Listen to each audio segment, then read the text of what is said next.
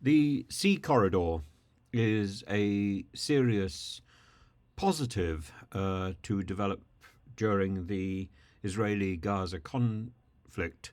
Of course, it's supported by Britain, the US, and Europe.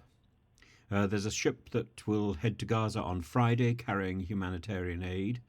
And this is something we've learnt from the European Commission President, who has been in Cyprus. So we know that this is going to happen almost immediately. The negative side of this is that I'm afraid it perpetuates the situation. When we're talking about aid, we're tacitly accepting the military onslaught of the Gazan civilians and the likelihood of a siege of Rafah.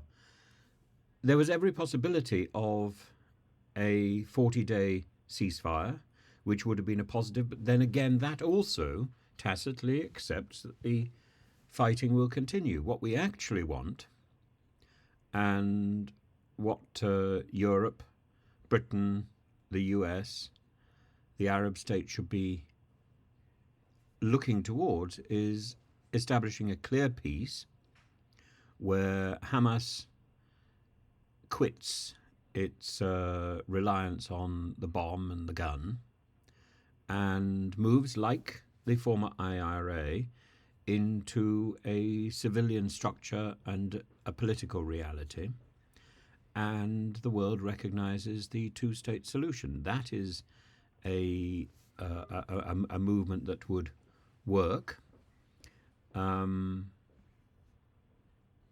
it's a positive stopgap, I suppose.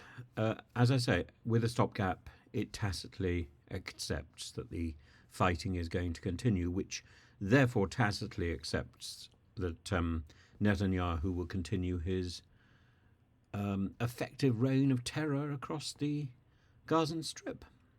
It's not. I don't see the siege of Gaza as being a form of self-defense.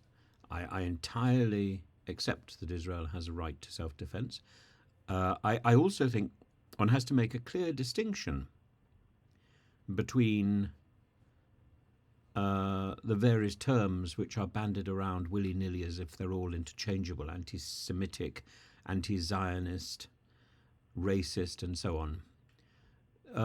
I think it's utterly wrong to be racist. I think it's utterly wrong to be anti-Semitic. I think it's utterly wrong to be anti-Zionist.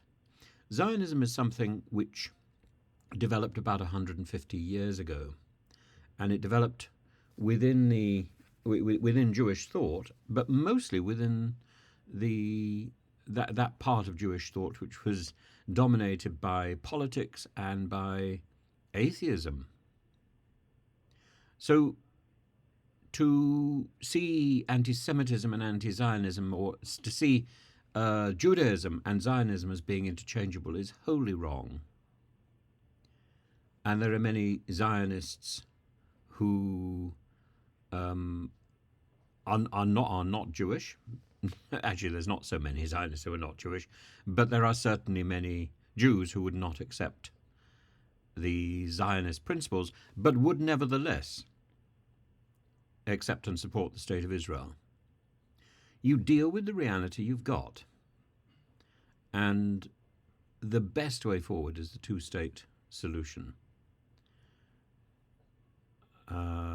And